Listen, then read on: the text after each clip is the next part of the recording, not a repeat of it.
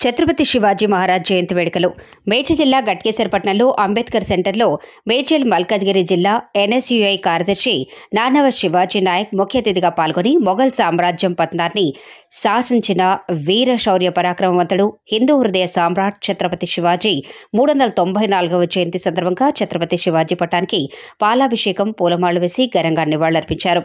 ఈ సందర్భంగా శివాజీ మాట్లాడుతూ భరత జాతి ముద్దుబిడ్డ, వీరత్వం, పరాక్రమానికి ప్రతీకగా భావించే ఛత్రపతి శివాజీ మహారాజ్ భారతదేశ చరిత్రలో గొప్ప యోధులు, సువర్ణాక్షరాలతో లిఖించబడిన పేర్లతో ఛత్రపతి శివాజీ పేరుకు ఎంతో ప్రత్యేకత ఉంది.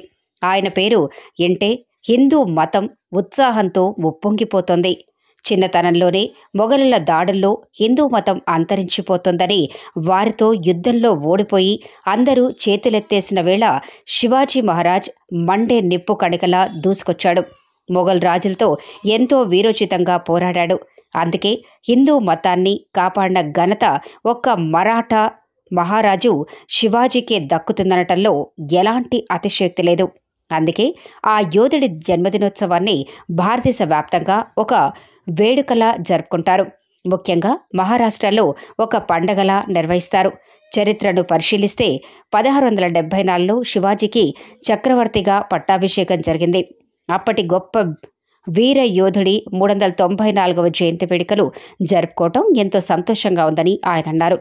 ఈ కార్యక్రమంలో ప్రసాద్, నాగరాజు, అజయ్, కార్తిక్, వినోద్, వరుణ్ తదితరులు పాల్గొన్నారు.